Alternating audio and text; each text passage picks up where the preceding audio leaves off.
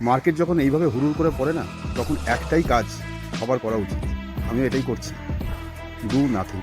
চুপচাপ বসে থাকো, দেখো গড়গড় গড়গড় করে নিচের দিকে চলে যাচ্ছে, সব চলে গেল। গত 1 বছরে যা প্রফিট 1 মাসে শেষ।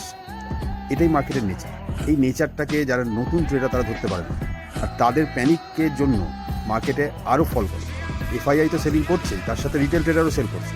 এই সময় বাই করার দরকার, এই সময় সেল করছে। তাই রিটেল ট্রেডারদের প্যানিক আর এফআইআইয়ের প্ল্যানিং, এই দুটো একসাথে ম্যাচ করে গেছে। তার সাথে ট্রাম্পের কিছু পলিসি, এই সমস্ত একসাথে ঘেঁটে মার্কেটটাকে একদম কি বলবো, জাস্ট ওয়াস।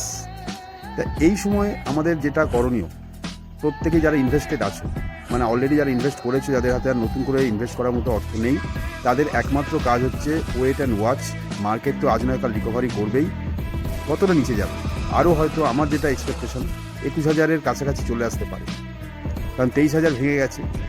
নেক্সট সাপোর্ট 22,500, 22,500 পরে আবার 22,000, তো 21,000-এর কাছাকাছি চলে আসতে পারে। আসার পরে কিন্তু যে কারেকশানটা হলো, হেলদি কারেকশান, অনেক বড় বড় ইনভেস্টারও এখান থেকে কিন্তু বেরিয়ে গেছে অলরেডি, এবং হাতে টাকা রাখছি যাতে এখানে কারেকশানের পরে এখানে আবার নতুন করে ইনভেস্ট করতে পারে। এই ভুলটার করার দরকার নেই, নতুন করে আর বেরোনোর দরকার নেই। মার্কেট পড়ে গেছে, আর হয়তো কিছুটা কারেকশান করবে, তারপর এখান থেকে যখন বাউন্স ব্যাক করবে, তখন কিন্তু এফআইআইও ঢুকবে, রিটেল ট্রেডারও ঢুকবে, তখন কিন্তু এর স্পিড ডবল হয়ে যাবে।